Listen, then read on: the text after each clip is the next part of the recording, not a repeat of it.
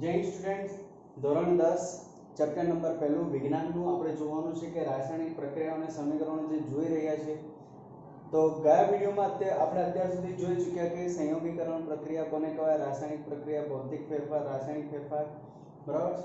અને જે 8 પ્રકારની પ્રક્રિયાઓ છે એમાં પહેલા પ્રકારની પ્રક્રિયા જે આપણે જોઈ હતી સંયોગીકરણ પ્રક્રિયા અને ઉષ્માક્ષેપક પ્રક્રિયા. હવે આપણે જોવાનું છે અહીંયા વિઘટન પ્રક્રિયા, બરાબર. શું જોવાનું છે? વિઘટન પ્રક્રિયા. તો આ વિઘટન આપણે જે છે 3 પ્રકારના જોવાના છે. કેટલા પ્રકારના? 3 પ્રકારના. પહેલું જે છે ઉષ્મીય વિઘટન, ઉષ્મીય વિઘટન. બીજું જે છે, બરાબર, એ છે વિદ્યુતીય વિઘટન, વિદ્યુતીય વિઘટન. અને ત્રીજું છે પ્રકાશીય વિઘટન, પ્રકાશીય વિઘટન, બરાબર. તો આ રીતે આપણે 3 પ્રકારના વિઘટન જોવાના છે, બરાબર. એટલે વિઘટન એટલે શું પહેલા તો એ તમને કહી દઉં, બરાબર. તો વિઘટન એટલે શું, બરાબર, કે એક જ પ્રકારના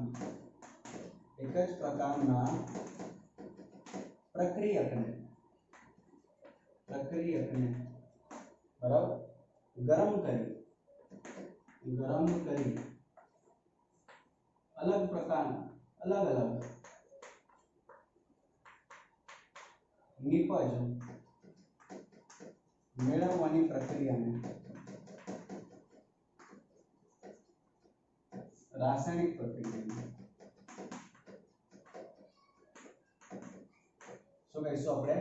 વિઘટન. શું કહીશું? વિઘટન, બરાબર. આમાં શું છે, પ્રક્રિયક આપણે એક જ હશે, બરાબર. હવે એનું આપણે વિઘટન કરી એટલે કે ગરમ કરી, અથવા તો ઉષ્મીય વિઘટન હશે તો ગરમ કરશું, વિદ્યુતીય વિઘટન હશે તેને વિદ્યુત ઉર્જા આપીશું, અને પ્રકાશીય વિઘટન હશે તેને પ્રકાશ ઉર્જા આપીશું, બરાબર. એમ અલગ અલગ નિપજો મેળવવાની પ્રક્રિયાને રાસાયણિક પ્રક્રિયાને આપણે શું કહીશું? વિઘટન કહે છે, બરાબર. શું કહે છે? વિઘટન કહે છે, બરાબર. જેમ કે એક સિમ્પલ વસ્તુ છે કે તમારે એક કસ નળી લેવાની છે જેને ઉત્કલન નળી પણ કહેવામાં આવે છે. શું કહેવામાં આવે છે? ઉત્કલન નળી લેવામાં આવે. તો આ રીતની મેં એક ઉત્કલન નળી લીધી, બરાબર. અહીંયા એક સ્ટેન્ડ મૂકેલું છે, આ રીતનું એક સ્ટેન્ડ છે.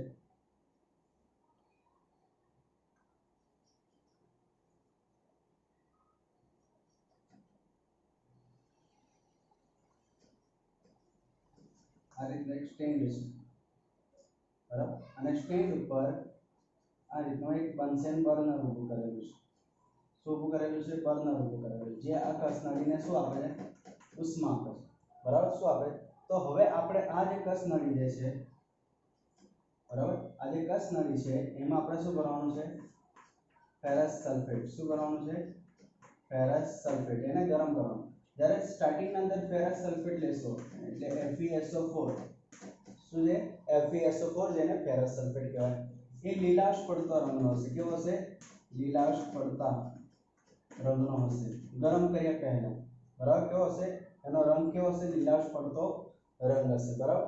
હવે એને આપણે ગરમ કરીશું. અહીંયા તમારે ધ્યાન રાખવાનું છે કે આ જે કસ નળી છે એ તમારે મોં બાજુ રાખવાની નથી, થોડી દૂર રાખવાની છે. હવે જેવું આપણે એને ગરમ કરીશું એટલે એમાંથી નીકળશે વાયુ, બરાબર. અમુક વાયુઓ નીકળશે, બરાબર. આ વાયુ જે છે એને થોડા તમારે તમારી નાક તરફ લાવવાના છે. કેમ લાવવાના છે? કારણ કે આપણને ખબર પડે કે આ વાયુ જે નીકળે છે, બરાબર, હે, આ વાયુ નીકળે છે, અને આ જે વાયુ નીકળે છે, બરાબર, એ તીવ્ર વાસ ધરાવતો હશે. કેવો હશે? તીવ્ર વાસ ધરાવતો વાયુ હશે, બરાબર. જોઈએ કે હવે આ વાયુઓ કયા છે, બરાબર, કેવી રીતે પ્રોસેસ થઈ, શું થયું એ જોઈએ. ચલો, તો આપણે શું કર્યું? આ જે છે ફેરસ સલ્ફેટ છે, જે ઘન સ્વરૂપમાં હતો ને એનો રંગ કેવો હતો? લીલા રંગનો હતો, બરાબર, જેને કહેવાય ફેરસ સલ્ફેટ.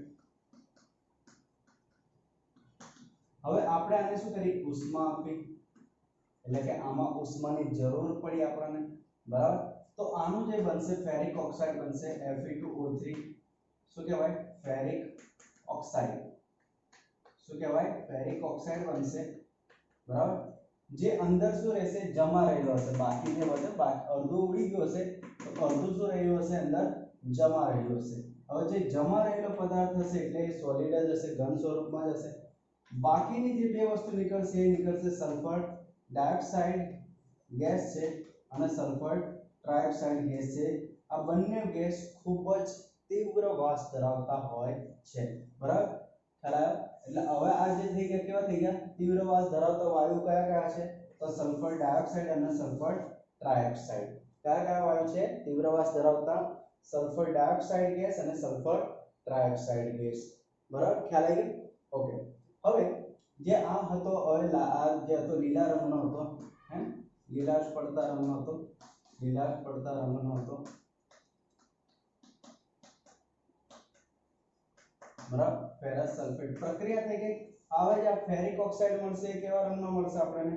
હવે જે ફેરિક ઓક્સાઇડ જે મળશે એ આપણને લાલાશ પડતો રંગ મળશે, લાલાશ પડતા રંગનો હશે, બરાબર? અથવા તો એટલે થોડો બ્રાઉનિશ કલર હશે। કેવો હશે? થોડો બ્રાઉનિશ કલર, એટલે કે કથ્થઈ અને લાલાશ બંનેનો મિશ્ર જેવો આપણને કલર જેવો આપણને ફેરિક ઓક્સાઇડ જોવા મળશે, જેનું રાસાયણિક અણુસૂત્ર યાદ રાખો Fe2O3। તો આ હતી વિઘટન પ્રક્રિયા, જે આપણે ઉષ્મીય વિઘટન જોયું, બરાબર? તો આ તો એક હતી જેમ કે ફેરિક સલ્ફેટને આપણે ઉષ્મા આપીએ એટલે કે પ્રક્રિયક કેટલો છે? એક જ પ્રકારનો પ્રક્રિયક છે, બરાબર? અને એના અંદર અલગ અલગ પ્રકારની આપણને શું મળે છે?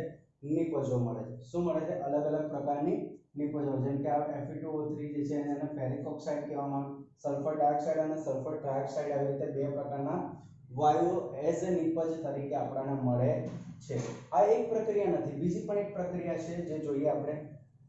હું આને અહીંયાથી તમે લખી લેજો વ્યવસ્થિત, હું અહીંયાથી એને સાફ કરી દઉં છું।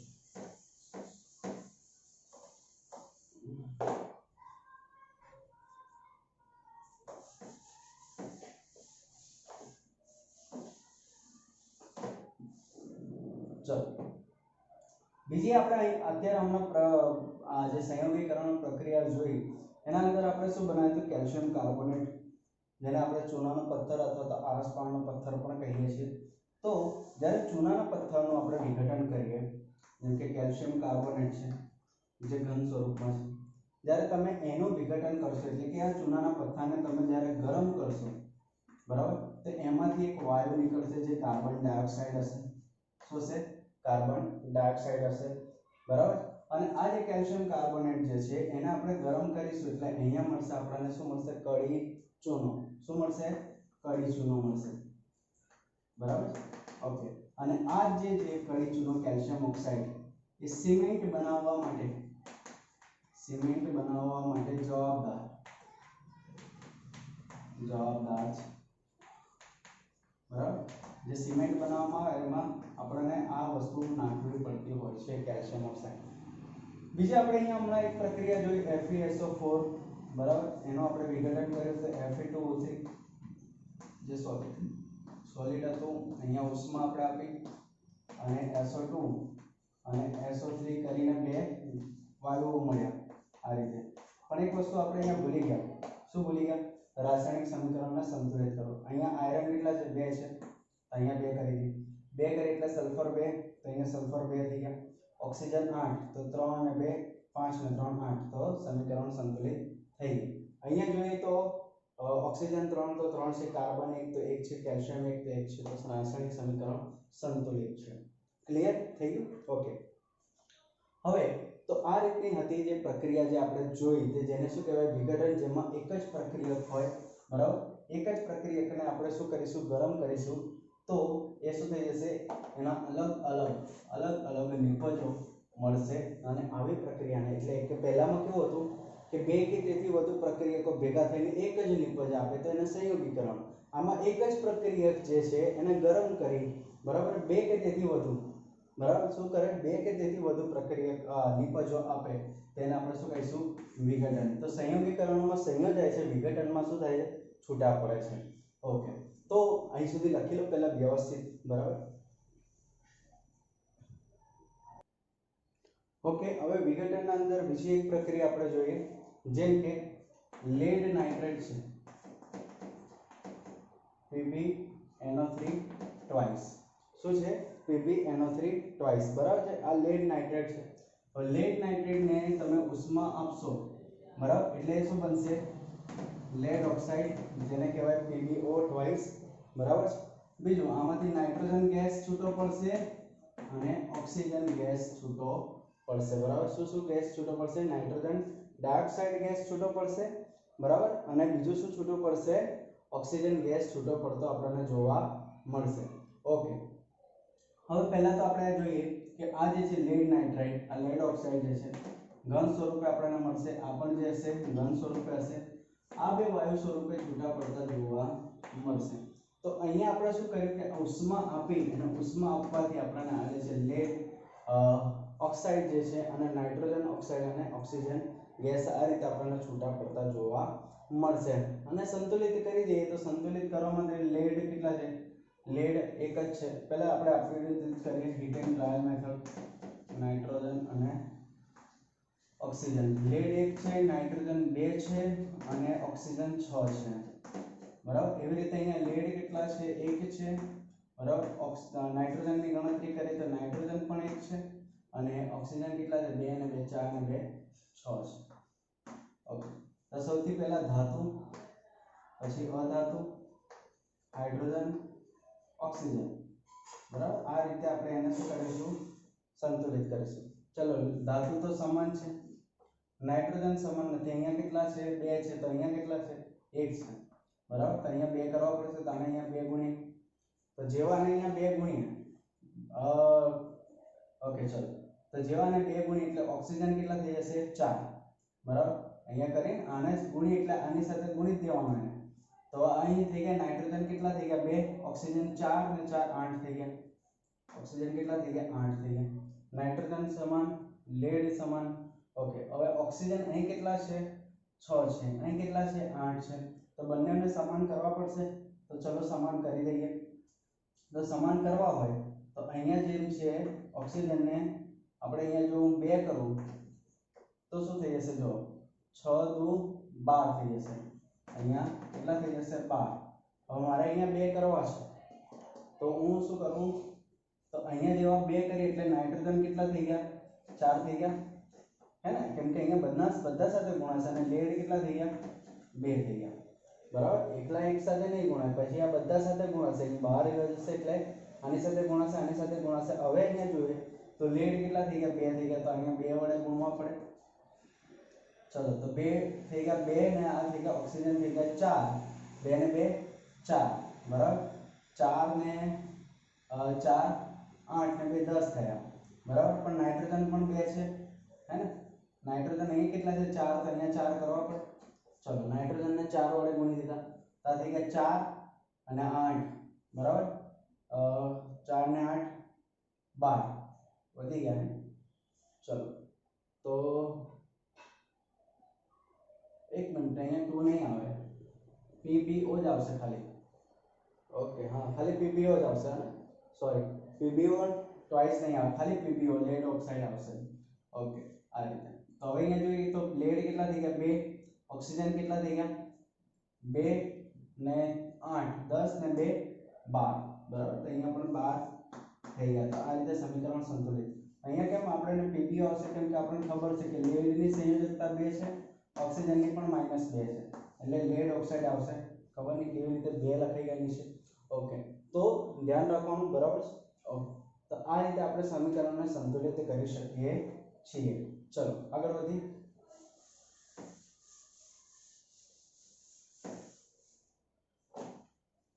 તો આ થઈ ગઈ આપણી જે છે વિઘટન પ્રક્રિયા. પણ આ જે પ્રક્રિયા છે કેવી, એને ઉષ્મા આપે છે એટલે ઉષ્મીય વિઘટન કહેવામાં આવે છે. અને અહીંયા સાથે સાથે બીજું આપણે એવું પણ જોઈ લીધું કે જે રાસાયણિક પ્રક્રિયાના અંદર ઉષ્મા આપવામાં આવતી હોય અથવા ઉષ્મા શોષાતી હોય તો એને શું કહીશું? ઉષ્મા ક્ષેપક પ્રક્રિયા. એટલે ઉષ્મીય વિઘટન હંમેશા કેવી પ્રક્રિયા છે? ઉષ્મા શોષક પ્રક્રિયા છે. કેવી છે? ઉષ્મા શોષક પ્રક્રિયા, બરાબર છે.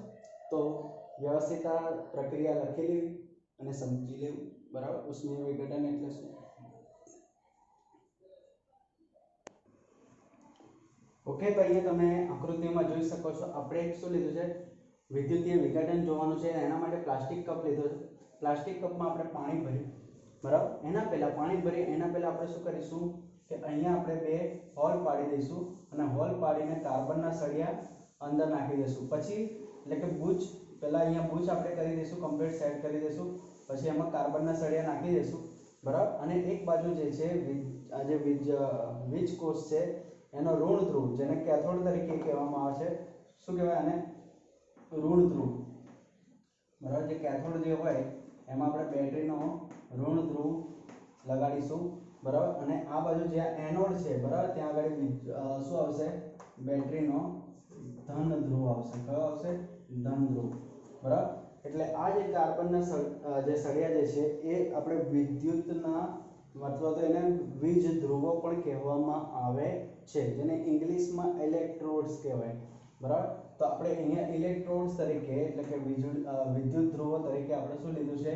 ગ્રેફાઇટના સળિયાનો ઉપયોગ કર્યો, બરાબર. હવે અહીંયા શું છે કે આપણે વિદ્યુત વિઘટન જે છે, બરાબર, એનાથી આપણે શું કરવાનું છે કે પાણીનું વિદ્યુત વિભાજન, H2O નું વિદ્યુત શું છે? વિભાજન, જેને વિઘટન પ્રક્રિયા કહેવામાં આવે છે, વિભાજન, બરાબર. એટલે વિદ્યુત તે વિઘટન દ્વારા આપણે શું કરવાનું છે? પાણીનું વિદ્યુત વિભાજન કરવાનું છે, બરાબર. અને અહીંયા જે છે આપણે શું કર્યું છે? સ્વિચ, બરાબર, જેને કળ કહેવાય ગુજરાતીમાં, બરાબર, સ્વિચ જોડેલી છે, બરાબર. આ રીતે આપણે આકૃતિ તૈયાર કરવાની છે અને થોડું ધ્યાન રાખવાનું છે કે ભાઈ જ્યારે આપણે સ્વિચ ઓન કરીએ તો અહીંયા આપણને શોક ના લાગે વાયરથી, બરાબર. જો કે 6 વોલ્ટનો એકદમ માઇનર હશે, બરાબર.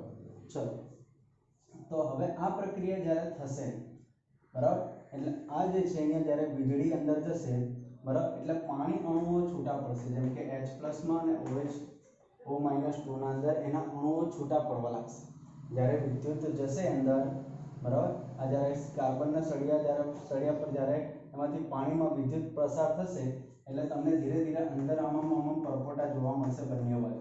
શું જોવા મળશે? બંને બાજુ આવી રીતે કાર્બનના સળિયા પર બંને બાજુ પરપોટા આવી રીતે જોઈન્ટ થયેલા જોવા મળશે ધીરે ધીરે. અને આ જોઈન્ટ થયેલા પરપોટા ધીરે ધીરે શું જશે? ઉપર જશે, આમ, બરાબર. આ રીતે આમ અહીંયા ઉપર જશે આ પરપોટા, બરાબર. અને આ જે પરપોટા છે એમાંનો જ આપણો કોક હાઇડ્રોજન વાયુ હશે, કોક ઓક્સિજન વાયુ હશે. હવે આપણને કઈથી ખબર પડે કે કયો હાઇડ્રોજન હશે, કયો ઓક્સિજન હશે? ચલો તો એ જોઈએ. અચ્છા, આ ઋણ છે અને ઋણ હંમેશા કોની તરફ આકર્ષાય? તો ઋણ હંમેશા ધન તરફ આકર્ષાય. એટલે જ્યારે પાણીમાંનો જ્યારે ઓક્સિજન છૂટો પડશે એટલે કે ઋણ જ્યારે છૂટો પડશે તો એ હંમેશા ક્યાં જશે? ધન તરફ જશે. તો ધન ધ્રુવ કયો છે? આ છે આપણો પોઝિટિવ, બરાબર. આ છે આપણો નેગેટિવ. તો આ જે કસનળીના અંદર જે સમાયેલો વાયુ હશે એ આપણો કયો હશે? કયો હશે? ઓક્સિજન વાયુ. કયો વાયુ છૂટો પડશે? ઓક્સિજન વાયુ, બરાબર. અને ધન કોની તરફ જશે? ધન જે છે એ ઋણ ધ્રુવ તરફ જશે. એ ઋણ તરફ જશે અને ઋણ તરફ એટલે આ ઋણ છે તેની તરફ ધન જશે તો અહીંયા કયો વાયુ છૂટો પડશે? હાઇડ્રોજન વાયુ. કયો વાયુ છૂટો પડશે? હાઇડ્રોજન વાયુ. તો આ રીતે આપણે વિદ્યુત વિઘટન દ્વારા શું કરી શકીએ? પાણીનું વિદ્યુત વિભાજન કરી શકીએ છીએ, બરાબર. તો આ પ્રક્રિયા કરતી વખતે થોડી સાવચેતી રાખવાની, બરાબર છે. કે જેમ કે આપણે અહીંયા વીજળીનો ઉપયોગ કરીએ છીએ એટલે થોડું સાવચેતી રાખીને ચાલવાનું. તો આ પ્રક્રિયા દ્વારા એટલે આને જ આપણે શું કહેવાય છે? પાણીનું વિદ્યુત વિભાજન અથવા તો વિઘટન કહેવામાં આવે છે કે વિદ્યુતીય વિઘટન, બરાબર. તો વ્યવસ્થિત આને તમે જે બુકમાં પ્રવૃત્તિ આપે છે તો તમે વ્યવસ્થિત એને વાંચી લેજો, બરાબર. અને એમાંથી ઉત્પન્ન થતા પ્રશ્નોનો જવાબ તમે જાતે આપવાની કોશિશ કરજો અને ના ખબર પડે તો તમે પછી મને પૂછી લેજો, બરાબર.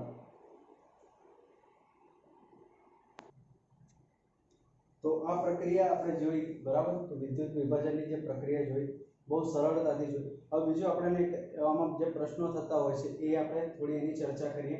તો પ્રશ્ન કયા થતા હોય કે જેમ કે પાણી છે, બરાબર. તો શુદ્ધ પાણી જે છે વિદ્યુતનો અવાહક છે, બરાબર. શુદ્ધ પાણી એ શું છે? વિદ્યુતનું અવાહક છે, બરાબર. એટલે પાણીમાંથી ફટાફટ જે છે વિદ્યુત પ્રવાહ વહી શકે ને.